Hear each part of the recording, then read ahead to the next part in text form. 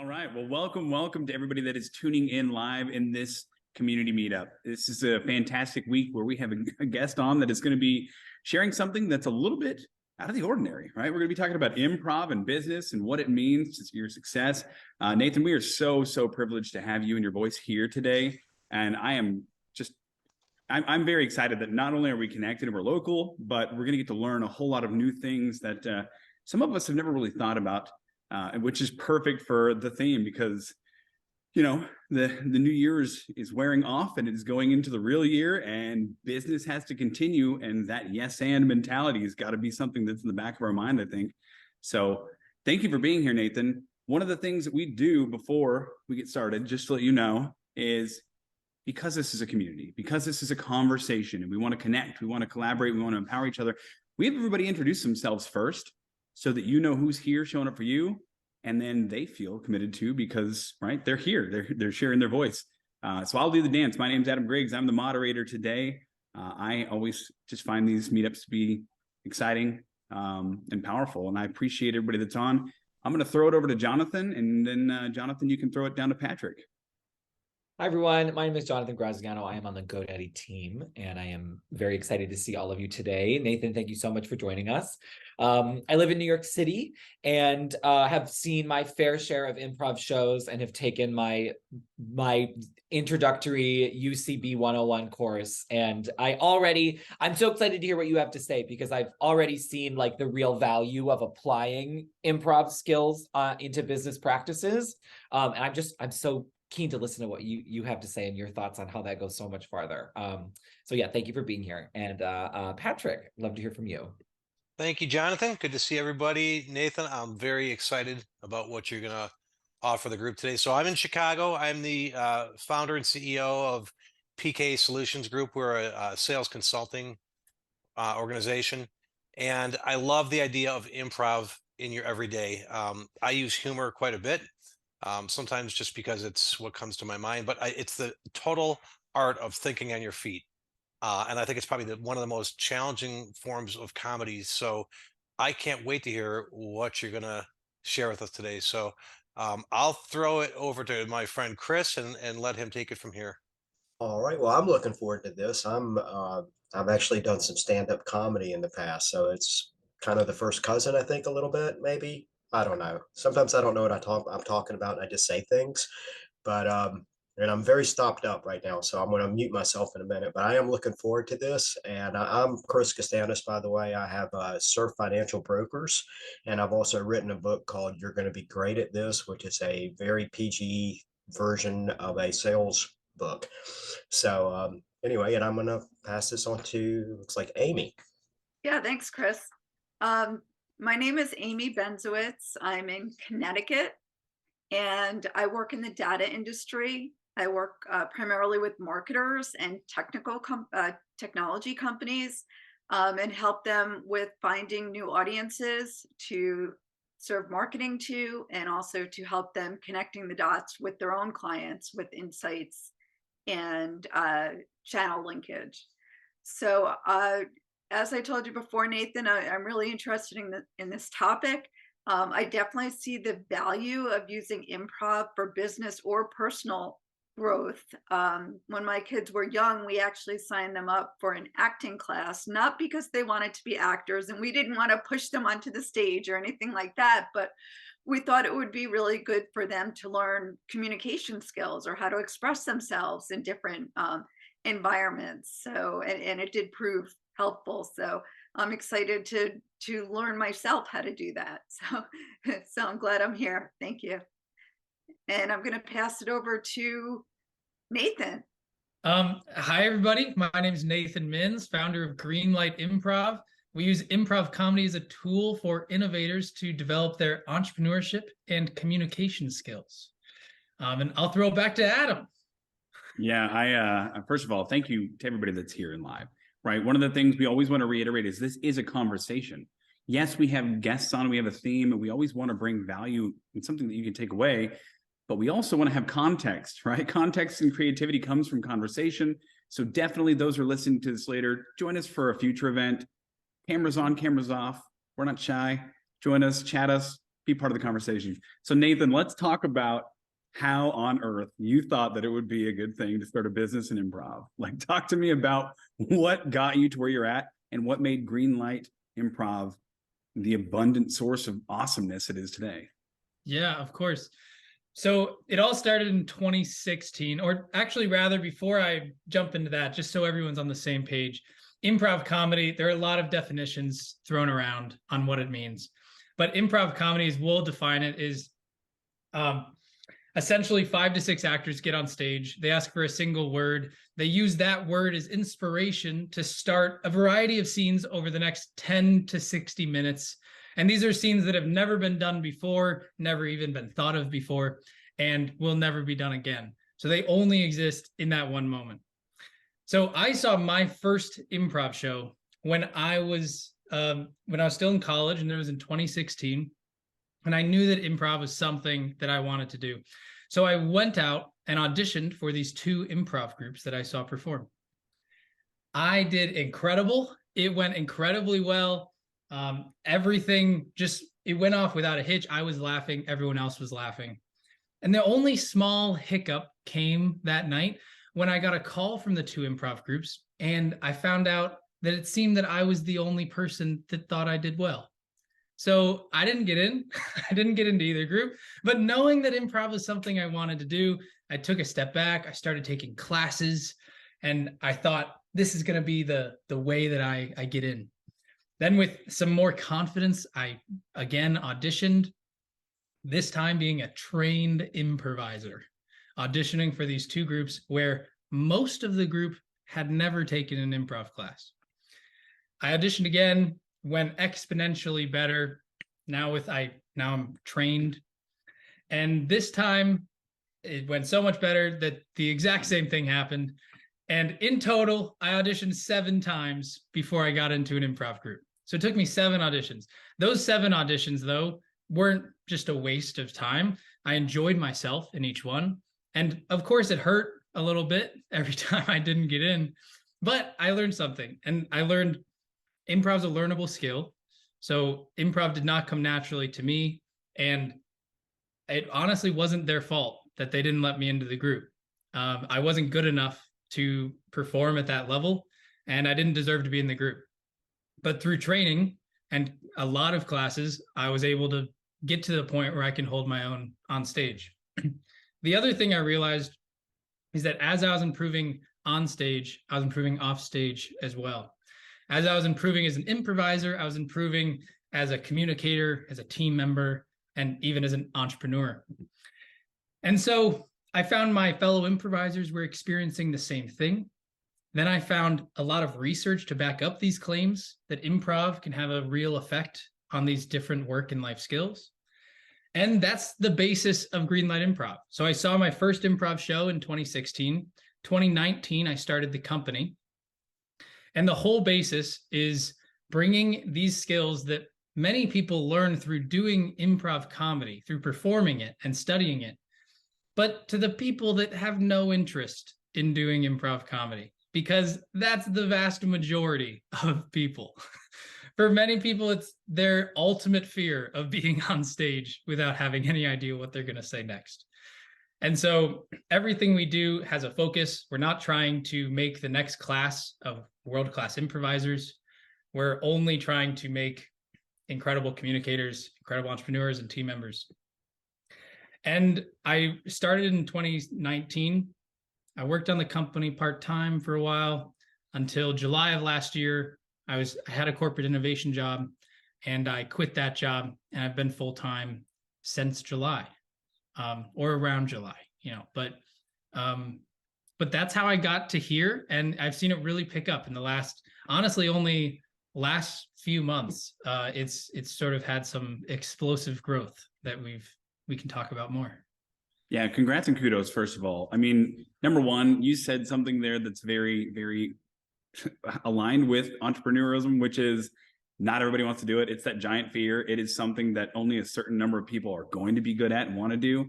And I love that you built off the fact that you found something that you wanted to pursue. You had that itch. You went after it. You realized you didn't have the identity or the experience yet, but it didn't didn't slow you down. You continued to get better at it and practice. And sometimes we think when we open a business, like we're capable of handling the greatest clients in the world or the greatest opportunities in the world. And maybe we're not, right? We have to sharpen that edge a little bit. You know, kind of like the sharpening of the axe. You know, you spend the first 45 minutes of the hour sharpening the axe, the last 15 minutes chopping it down. Same thing with what you've got going on. And it's that rising to the occasion in your identity. And I love that that's what you brought to the table, because there's value in that. And it aligns so much in the business realm, right? And you mentioned improv as a tool for innovation. I want to put that on the back burner for a little bit, because I want to focus on something that you said regarding your mission, right? At Green Light Improv. And I think there's power in your mission. Your mission is to help discover better forms of communication that drives creative and discoverable moments. And I love that. So talk to us a little bit about the secret weapon of yes and how you get teams and even employee groups or even communities in the state of having better communication. Yeah, honestly, to get into the idea of yes and, the biggest thing we can do is show people what they typically do day to day, what we often call this no but or yes but mindset, and then show them what yes and feels like. So just so we're all on the same page here, yes and, very often when we talk about applying yes and, people think that it means yes, that's a great idea and let's do it right now. And we should say that to everything. But as entrepreneurs, as people with to-do lists, we know that we can't do everything. And so yes and doesn't mean yes, let's do everything. It means, yes, I hear you. I understand what you're saying. I'll make a valiant effort to honestly consider this. And I'll go a step further and try to add something to try to make this idea work. So it's not saying that we're actually going to do everything, but just saying we're going to consider it. Versus a no but mindset that may just say, well, sorry, you're wrong, and there's a lot of problems with it, and we don't care. Yes and takes this idea of we'll respect what each other create and build on it. So the way that we very often will try to get people into this mindset is to do exercises where, for example, they may have to start sentences with no but or yes but. And a very common example is, plan me a birthday party. My birthday's in March 7th. So in only a couple days. I know. Birthday. Thank you. Amazing. A Pisces among us. Yeah. So when you were talking about, you know, leaving the new year energy, birthday energy is just starting. But I say, plan me a birthday party. And when you plan it, every sentence outside of the first sentence should start with yes, but. And very commonly what people find is, for some people, it feels very natural. It seems very easy to say, let's plan Nathan a birthday party. Yes, but doesn't he want to go out to dinner? Yes, but I think he likes the party. And you just sort of have this like constant banging of heads versus this yes and mindset that we can do with the same exercise, starting with yes and, where people end up building on each other's ideas, and you get a much more deep ideas that are much more creative that way. So that's just one way that we can get into that mindset of yes and.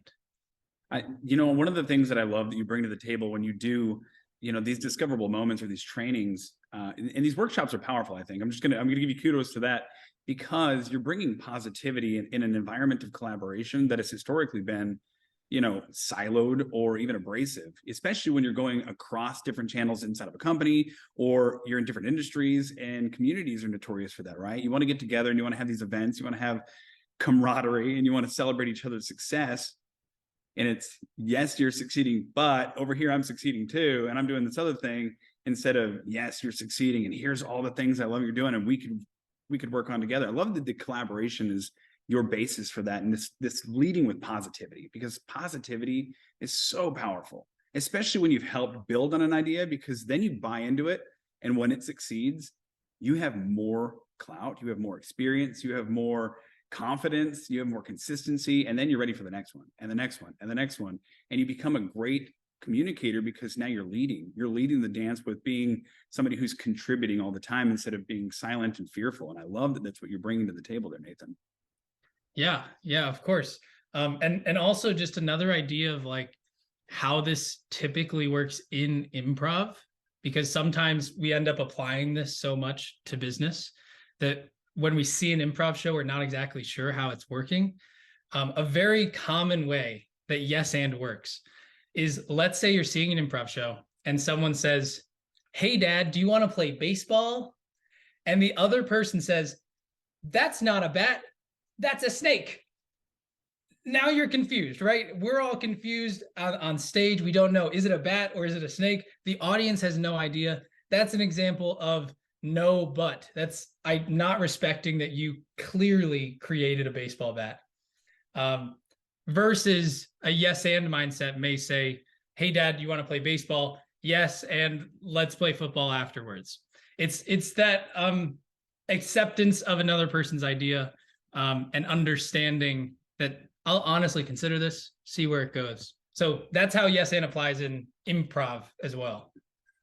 Yeah, I love that. And I think that what you're bringing to the table, just in the personal realm and the professional realm, it's so cool to see that you can take some of these skills and really just adapt and evolve in environments where you normally would kind of shirk away from it, right?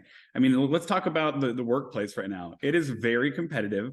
It is scarcity mindset right now. And being somebody that's management down, having tonality of, seriousness and profitability and longevity of the company, and then the employees are like, "I'm burning both ends of the candlestick, I deserve more." That's always been a but situation. And I can see where this conversation, this style, allows you to respect and have a really candid and open communication line that's more positive and collaborative, so that there's a solution at the end, instead of, "I'm going to validate my point, you're going to validate your point, and then we're going to see who votes," right? It's so much more community driven. So thank you for kind of giving us that example. Yeah, of course. And that's another one thing that when people ask about the company culture at Greenlight, the first time I was asked about that, I thought it was, my first hire. So I thought, well, I don't really know. But then I thought about it for a second, and I said, the company culture of Greenlight is the 4 core principles of improv that we teach. So the things we teach are the things we also practice at work. And one of those, this idea of yes and this idea of some degree of transparency. That's an offshoot of yes and, but one that we practice. Because something that I felt every time I was an employee is saying, okay, I'm working as a consultant, working as something, and I'm billing like mid hundreds an hour, and I'm not getting paid mid hundreds an hour. So what's going on? Like, is the top leadership just taking this money in?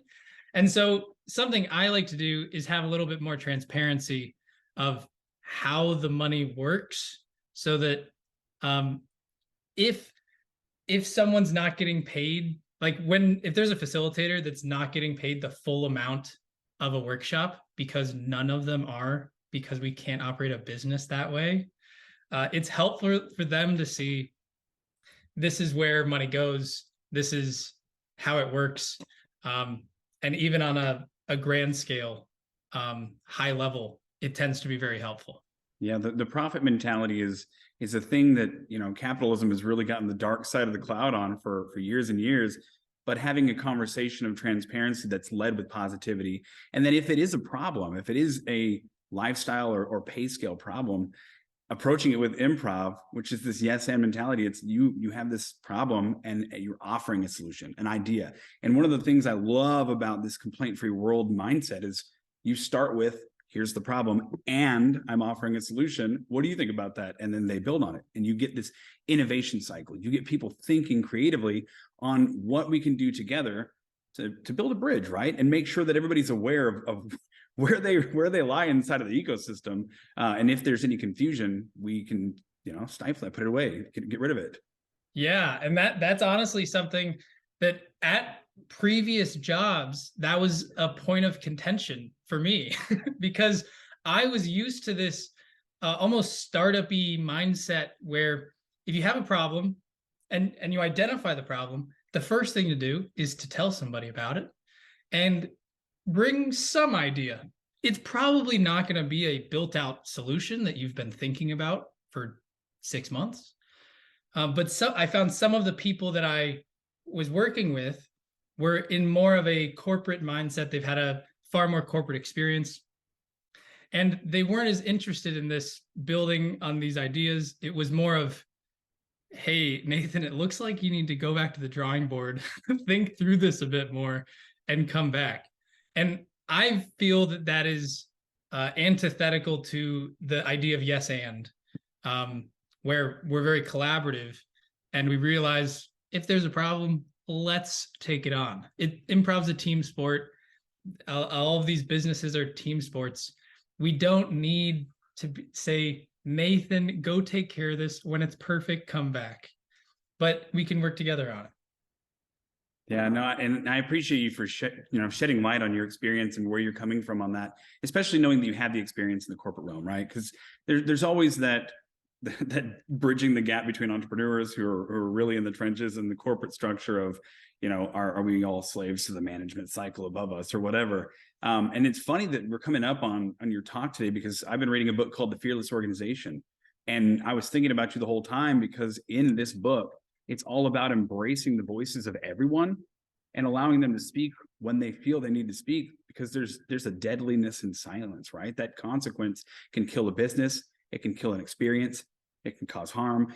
Having the ability to approach it with improv and understand that it's, no matter what, going to be a positive outcome, even if what you're saying is just made clear to you, right? You get some clarity. There's nothing wrong with that, because now you're confident. You're going to go back to your job. You're going to do a great thing, and you're going to have good experience. So I love that that's what you do.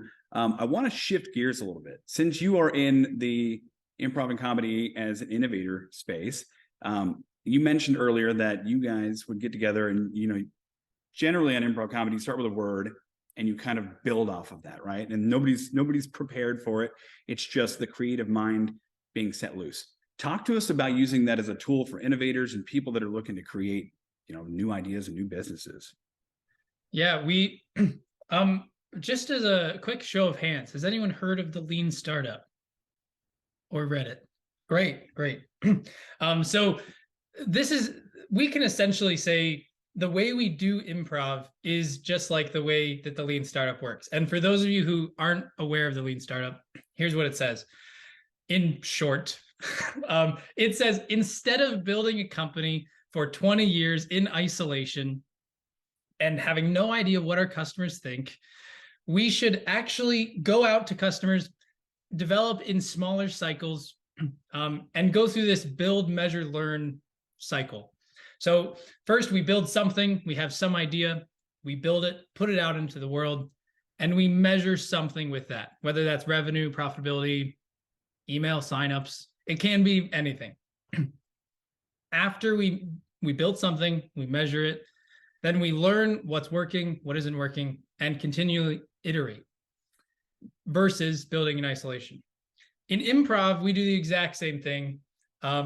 And that's how improv relates to innovators. In improv, many people think that we go on stage and we start telling jokes.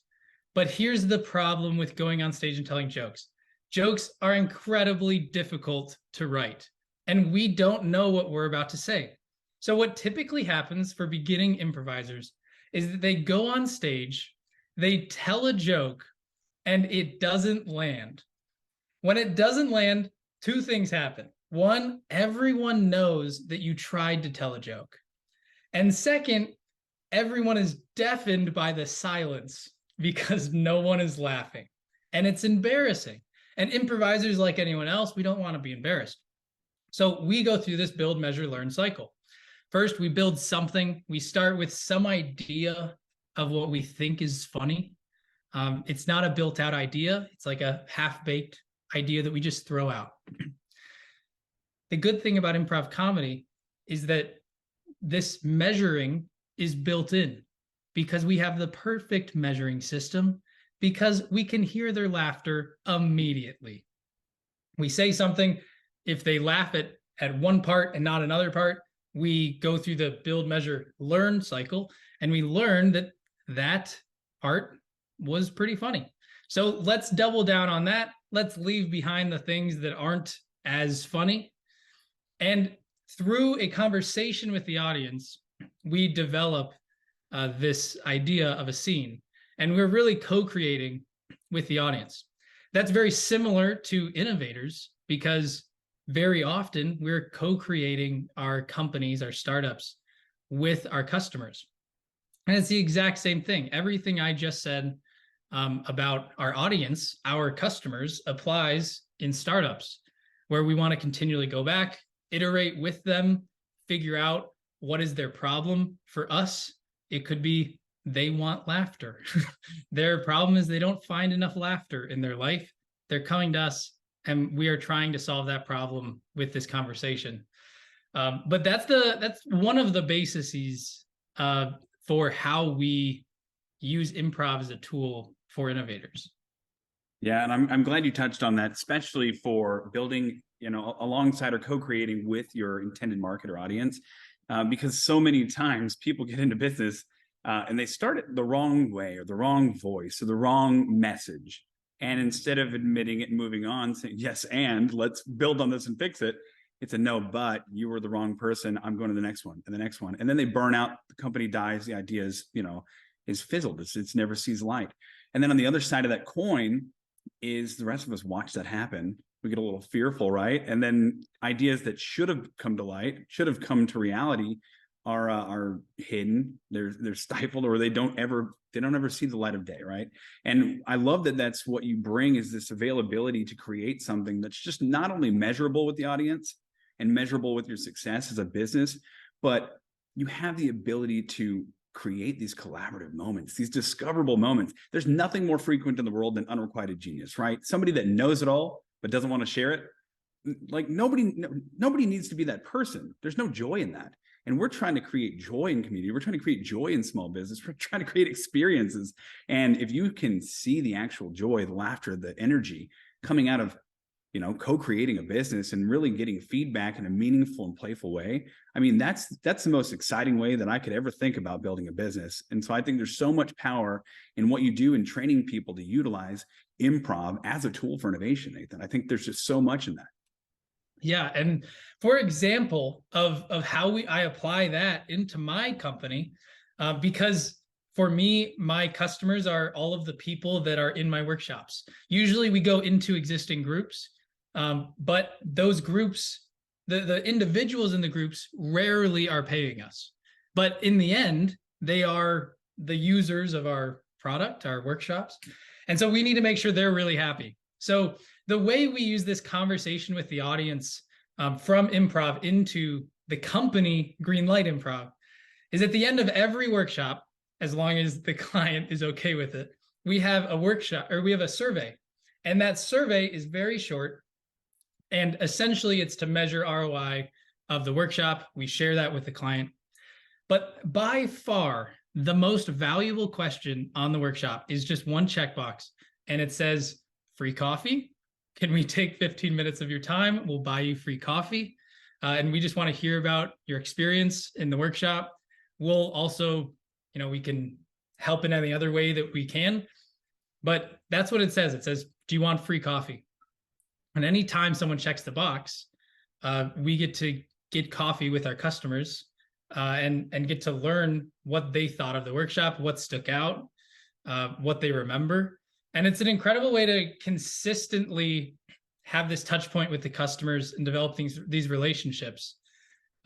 Because even though I'm confident with our product, it's a product that will always evolve, and it needs to evolve in cahoots with our customer, not just in my brain thinking this will work. Yeah, those who are fearful of feedback probably are not going to be around for long, right? We're trying to create iterations, longevity, and hopefully consistency in our business that's going to span generations. We're going to build something that's meaningful and long lasting. And what you've talked about here is asking for feedback in real time, which is something I think a lot of us forget to do. I know I'm notoriously guilty of that. I will wait so that there's a buffer and I don't feel like I'm overwhelming people. but the experience is real when they're with you. They're like right when it's done, that is when they are going to be the happiest. So why not get the feedback at that moment, especially if you're leading with contribution like what you do? Super disarming, asking somebody for coffee, right? It's offering a free coffee to get their voice, and that's meaningful. You're getting feedback and hopefully referrals and new clients out of this. And at the same time, you're doing what Amy said, or Tamara said here in the chat, is you're co-creating the deep work. You're doing all of the deep, meaningful work of building your business with your market, and the feedback loop's got to be part of it. It's got to be part of it. Yeah. And the other thing that is helpful is that when I have these coffee chats with our customers, the thing that is most interesting, of course, I have a couple questions I ask everyone, but the thing that's most interesting is that when I ask my questions, they have time to ask their questions. And sometimes when they ask their questions, I realize that's interesting. I should touch on that in our workshops, because I bet that's something that other people are wondering. Or, there are two people that asked me the same thing. So early on, I told one story that I thought was very helpful in helping people understand the theory of yes and. I thought it was the best way to understand this. And this was a long time ago, but I was getting coffee chats with people, and I asked them what they thought of that story. And they were like, man, I did not understand that at all. That made no sense. And that was a big moment of realization, where you say, no matter how much I love telling the story and how much I think it's useful, clearly there's something wrong with it. And it's just not worth it when there are other ways to explain these concepts. So it is honestly useful to not only go through the motions of talking to customers, but actually listening to what they're saying and try to understand the root of whatever they bring to you. Yeah, I mean, imagine how far down the pike you would have gotten if you would have stuck with the same story with no feedback, falling on deaf ears. It would be like standing up on stage with no laughter. I mean, is that what you want in business? Probably not, right? And there's a lot of us that are doing that, unfortunately, and we just don't know it.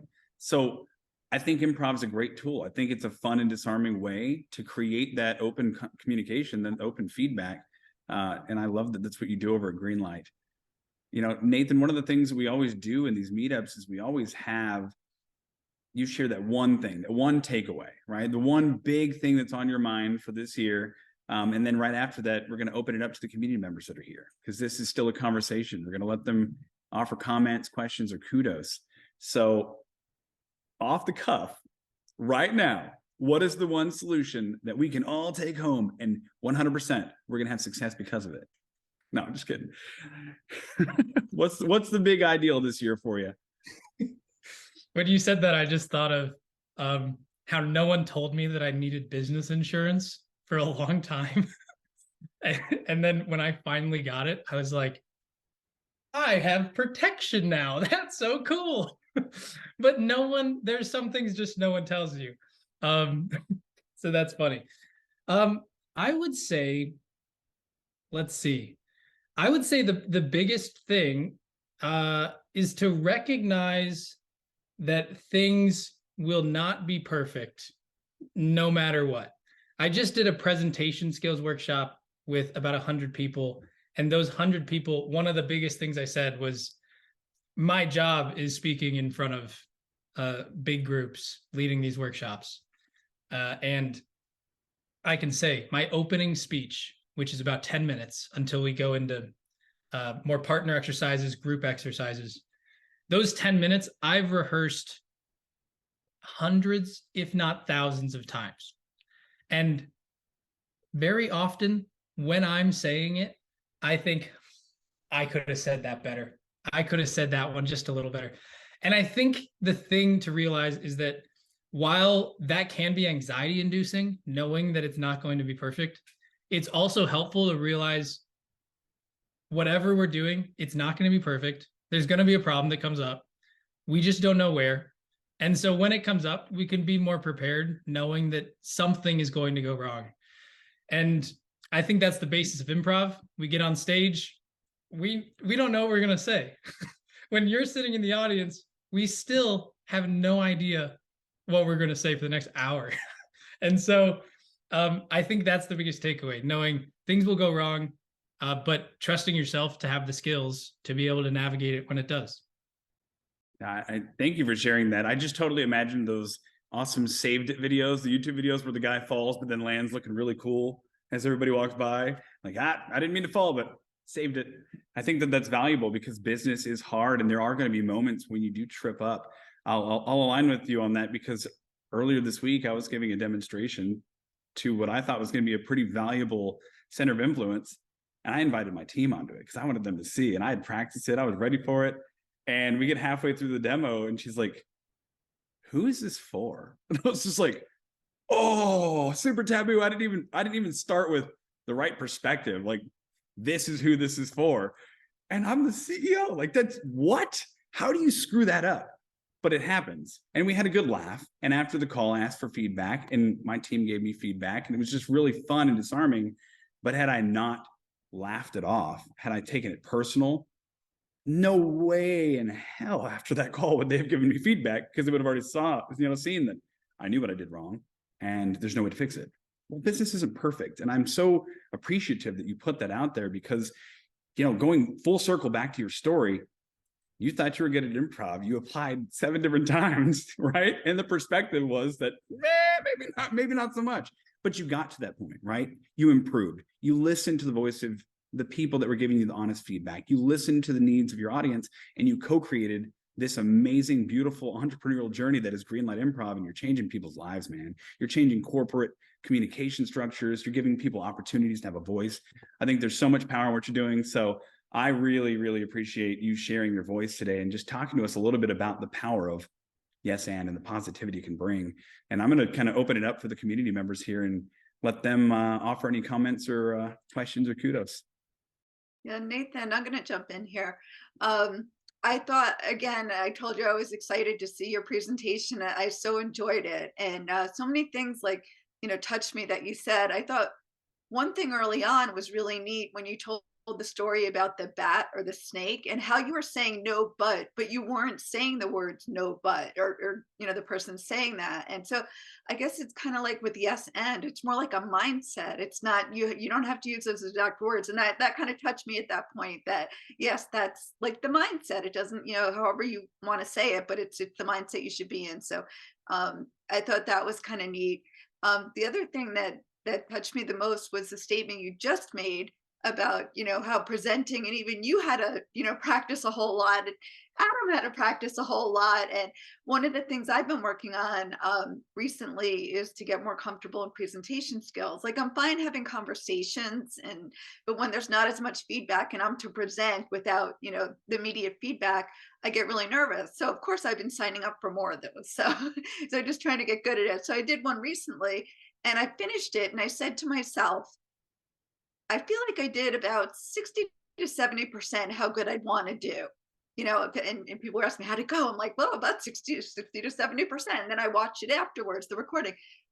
That's exactly how I felt. I got about 60 to 70% there, but it's kind of like you said, like realizing I'm not going to be perfect, and I could see like what I want to work on and how to maybe plan better, or, think of additional things that would help myself feel that I'm like 100%, but I'm never going to get to 100%. It's always going to be like you're reaching.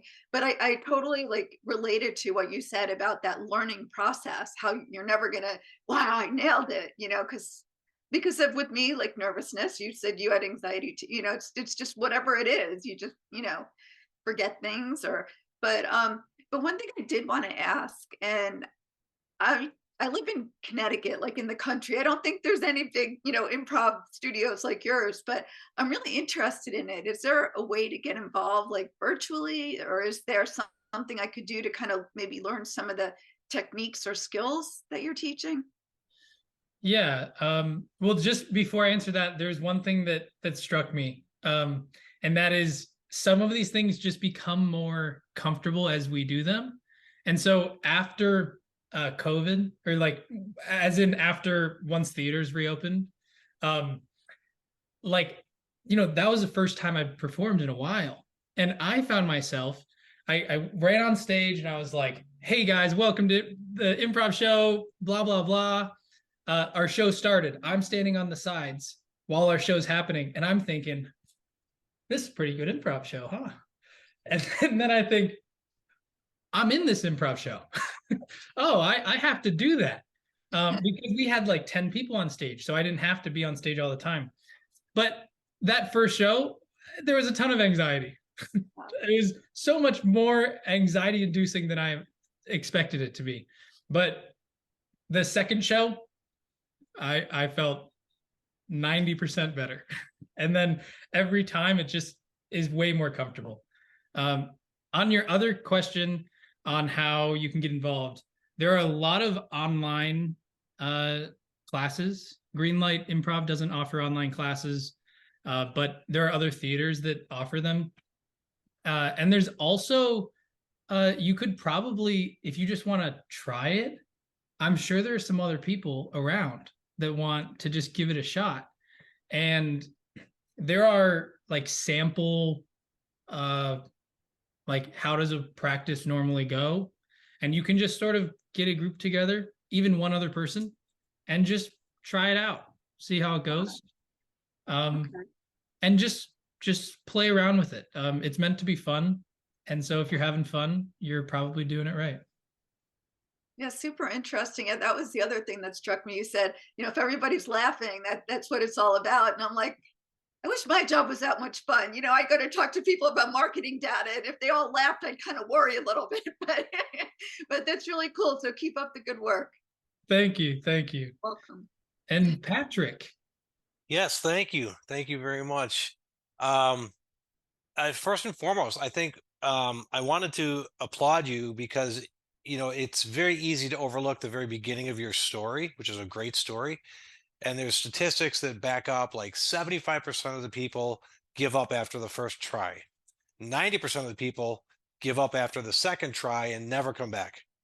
So I admire you for that because you did it. I think you said 7 times or 8 times before. Most people would walk away and say, this is embarrassing. This is really hard.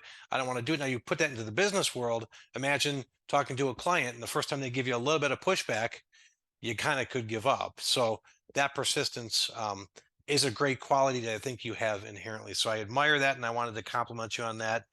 I loved what you just talked about with the idea of you do it so often that you can look at it and go, in the moment, I could have said that better.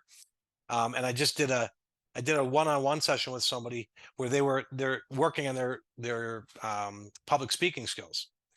And I took them to a bowling alley. I had them put the bumpers up and I said, there are no gutter balls. There is no doing it wrong. You are where you are and that's it. So you can roll it any way you want. You're still going to knock down pins, right? And then you're going to learn from that. And I paired that up with a video of someone who's like a perfect bowler. And I said, your expectation is that you bowl 300, you never roll a gutter ball. And the reality is we're all human and, you have to pull from it what you can. So when you said that, I'm like, holy cow, this applies to everything. You can always be your own worst critic and you can always, crucify yourself. But at some point you got to pull yourself down off that crucifixion too. So I think that was good that you gave yourself the grace to say, okay, maybe I could do it differently, but I did it just the way I could. So another kudos and just an aha moment for me. I wanted to ask you with Green Light Improv, like, what is the business? Do you take that to businesses and you say, hey, leaders, let's go through an improv seminar and apply that, then translate that to business? Or what do you do? I love that. I love that question. It's like, so I was thinking, what is it? Yeah, exactly. So we have 3 core products, keynotes, workshops, coaching. So typically a group wants to, we have a couple different programs, but essentially they want to improve their companies or student groups entrepreneurial thinking skills. So whether that's learning the lean startup through improv or learning creative decision making, and there are a lot of right answers, those are our entrepreneurial thinking arena. Or we have our communication skills programs, which are active listening, communicating like an improviser, or presenting with compelling confidence. So we have those two, and we go into groups, and the goal is to use improv as a tool. And usually our workshops are 1 to 4 hours, and the goal is, depending on the program, that at the end you are a better active listener, or you can present with more compelling confidence, or whatever the core is of that program. But yeah, we're typically going into existing groups with a business outcome in mind. And improv happens to be a very good tool to teach these skills. And that's why we use it, of course. Good questions. Good questions. Yeah. Jonathan from New York City. From New York City, from the Big Apple. I am drinking this Kool-Aid, Nathan. I gotta tell you, I really am. I always have. I've really always subscribed to. I did a lot of shows. I did a lot of comedy stuff in college and in the early parts of my time in New York, and I was always so enamored with improvisers who were talented. I was enamored with that gift, because I sit there and I'm like, what? How do you do that? How do you like actively listen to someone and also consider how to make them look good at the same time, which is one of the things that I find so interesting about listening to so many small business owners and so many entrepreneurs who have, all of you have mentioned that you have tried comedy in some point. That was one thing that really stuck out to me at the beginning, is the majority of you have mentioned that you have done stand-up, you've done improv, you've tried that thing. And I couldn't let go of this idea of like, what is the connecting factor? Why, like, what is it? And it's so, you talked about, in your presentation, you talked about how when you're on stage and you know you're trying to make someone laugh. Everyone is in on that. I know you're trying to get me to do something. Is it going to work? Like, is it going to work?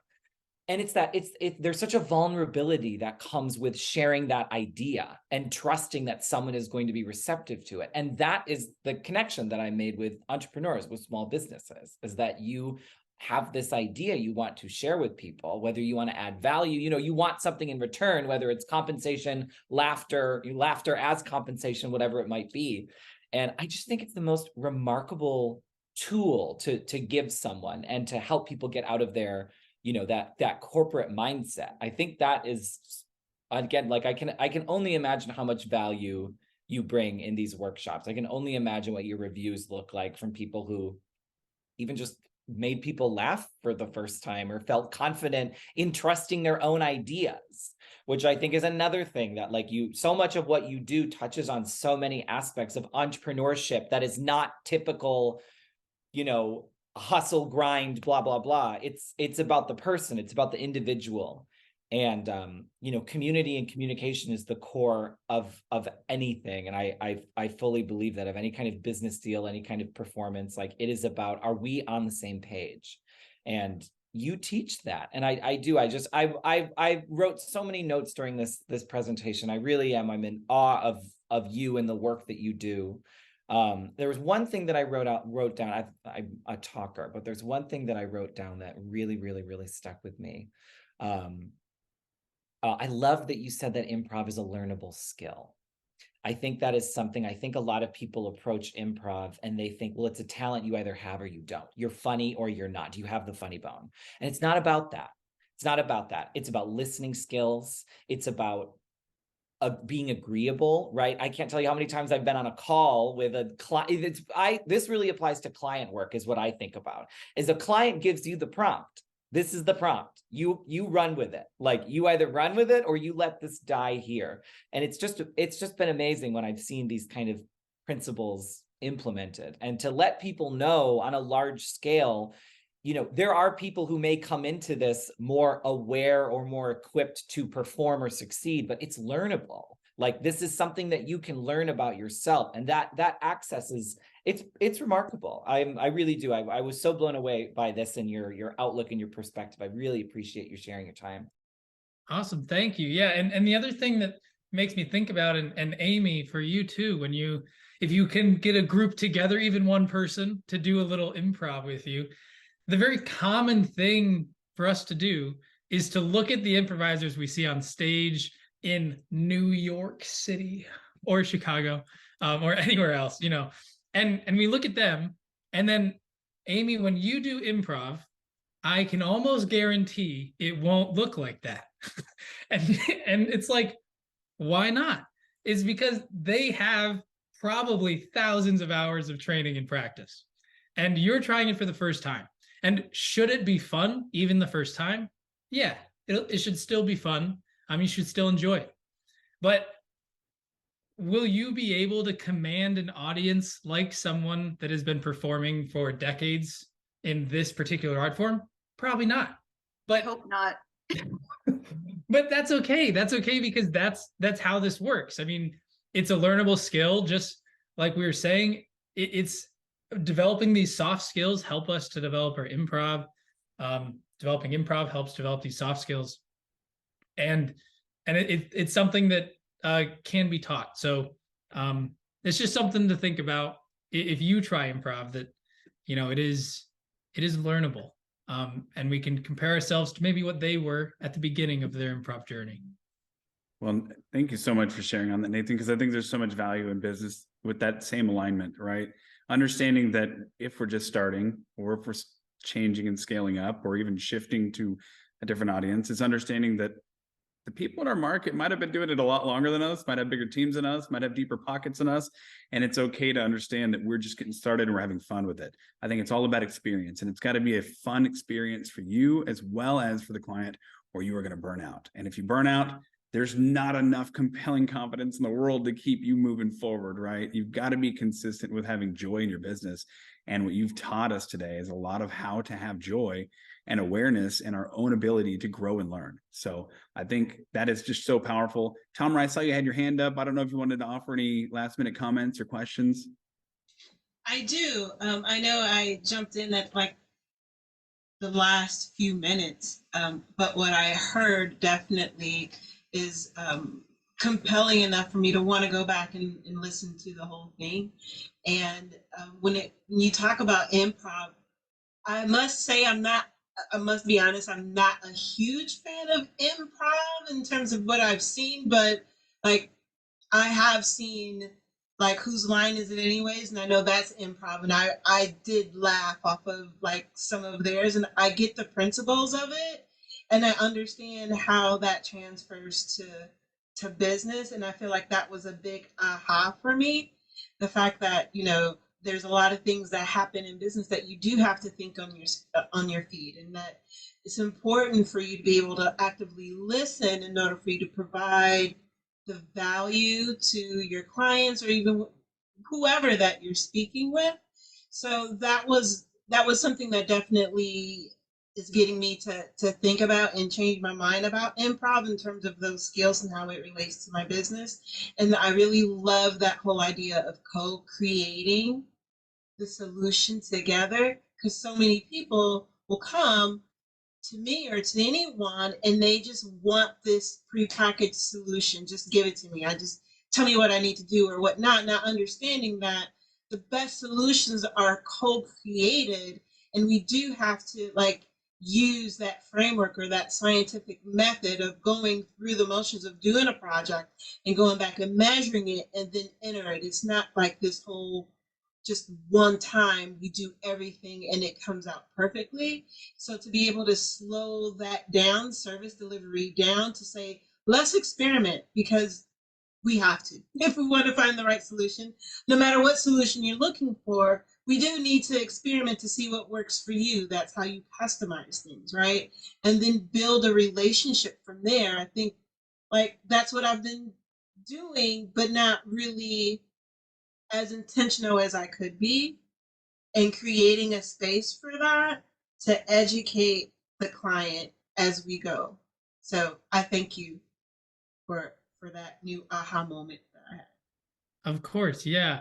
The other thing that it makes me think about, what you said, it's something that comes up a decent amount, where you said, honestly, I don't like improv. And that's fair. That's a common thing. What I would like to, how I think about this is thinking, almost like I did theater in high school. I did theater in middle school. No disservice to them. But if you saw a middle school performance of some show, you may think, huh, I do not like theater. This is bad. Versus, you go on Broadway and see one of the top shows, you think, wow, theater is amazing. I love this. It's sort of like that. The definition I gave of improv is very vast. And honestly, a lot of people could have problems with the definition I gave because it's so vast. And I use that definition just to simplify our conversation. But I would say there are so many different kinds of improv. Whose Line Is It Anyway does one kind. There's Middleditch and Schwartz on Netflix, which is another kind. Second City. Yeah, I mean, there's a whole bunch of different kinds of improv. So I would say, it's something worth looking into and seeing some of the different kinds of entertainment you can have. But I'm glad that you got some aha moments out of the talk. Yeah, I think I definitely did, and I know the rest of the audience did. I know we're at the top of our hour, Nathan, and Tamara, thank you for your comments as well there. Chris, did you want to offer any last minute comments before we close this out? I thoroughly enjoyed this, and when you're saying that there's different types of improv, just the one last thought there, that I don't know if you guys have ever seen that movie called This Is Spinal Tap, and when they made that movie, what they did was they just gave them a card and it said, here's your situation. You're in a music store for an in-store promotion and nobody shows up. Go. Christopher Guest's world, and we are all just... Oh my God, it's so funny. And if you watch that movie, these guys are hearing these lines for the first time because somebody just made it up on the spot. And you can see them trying to fight back the smiles, and they're kind of holding it back a little bit. So yeah, you're totally on point here, and yeah, this is really good. I appreciate this. Thank you. Yeah, if obviously, you guys haven't seen Best in Show, you have to see Best in Show. It's one of my favorite movies of all time. Okay, so that was an improv? Oh yeah. Did not know. So I have to go back and watch it because I really didn't find it funny the first time. Like, what is this? So they have like a general idea of their characters, but they are literally given prompts to create. It's genius. And that's why they use a lot of the same, like Jane Lynch, Jennifer Coolidge. They use a lot of the same, Parker Posey, in all the different movies that he does, because they're all like kind of like a micro troupe. They just know what they're doing. I'm just really in my element here. I loved Learn something new. Pretty cool. Yeah, when they did Spinal Tap, they apparently filmed like 89 hours of this, and then just kind of cut it down to where it kind of had a plot, But yeah, I mean, it's the same thought process. But yeah, that's excellent. That's funny that you said that, Chris, because I imagine that's kind of how a lot of entrepreneurs feel. They go through an entire year of just craziness, and they're like, these 2 weeks, I could have done it in these 2 weeks. All these clients, I just need these good moments. Now, I think we learned a lot today, Nathan. Honestly, I really appreciate you giving us some, not just overview of what improv is and how you bring it to light, but the disarming effect, the positivity, the amazing innovation that can come out of it through communication and discovery. I really, really, really would love if you, think about putting the workshop online later in the future. Just going to throw that out there, just for improv. But before we close it out, where on earth or online can we send our community members to connect with you and keep this conversation going? Where's the best place? Well, we do online workshops, but it has to be an existing group that brings us in. But where can you find us? You can find us online at greenlightimprov.com. You can email me at nathan@greenlightimprov.com. And I'm pretty active on LinkedIn as well. And that is at Nathan Mins. Well, it's /Mins, but you can find me at Nathan Mins. Yeah, thanks for having me here. Yeah, beautiful. This has been a great conversation. So privileged to have you on and have the voices of our amazing community members here today. Definitely, you guys have a great weekend, and we will catch up in the community. So stay safe out there.